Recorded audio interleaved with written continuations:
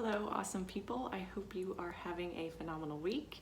I wanted to hop on and do a quick video today chatting about how the only way around is through.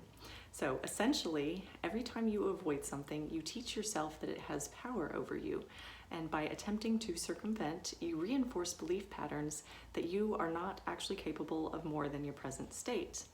Additionally, when you don't choose the work of facing something head on, you will instill a mentality that shortcuts and quick fixes are an appropriate means of addressing things. Most of us understand that those are not viable long-term solutions.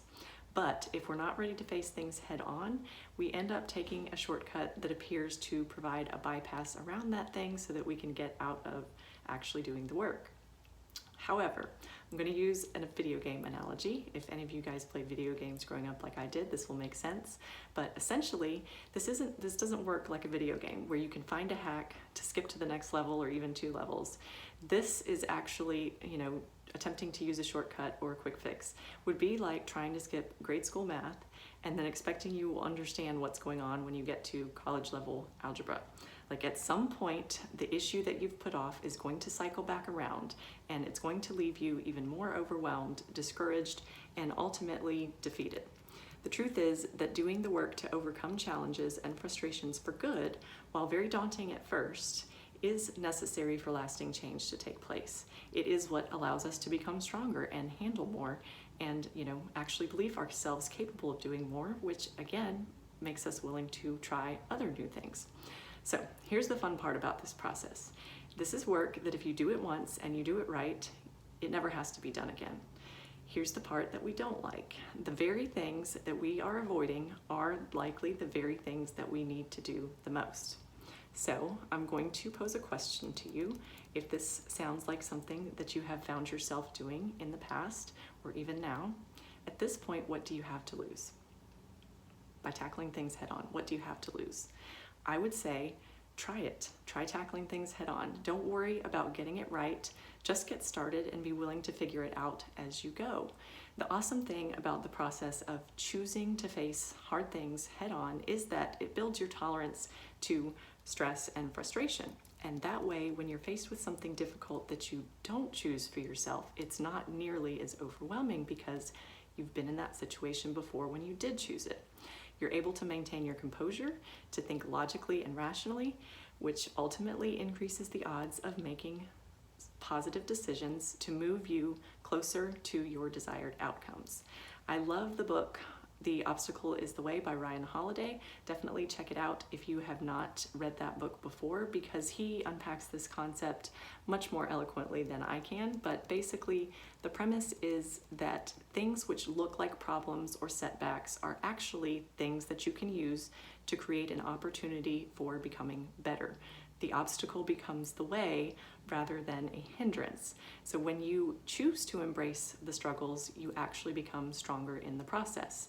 You learn a lot in the process, and that builds your confidence, which makes you willing to try other difficult things, and expand your willingness to put yourself out there and try something that you might fail at, which increases your capacity to expand who you are and what you're capable of doing, right? So the next time you are thinking about avoiding something, my challenge to you is to face it head on instead. Remember that choosing it for yourself when you have the opportunity to do so will make you more equipped to handle the challenges which you don't have control over. They're just kind of handed to you by life, right?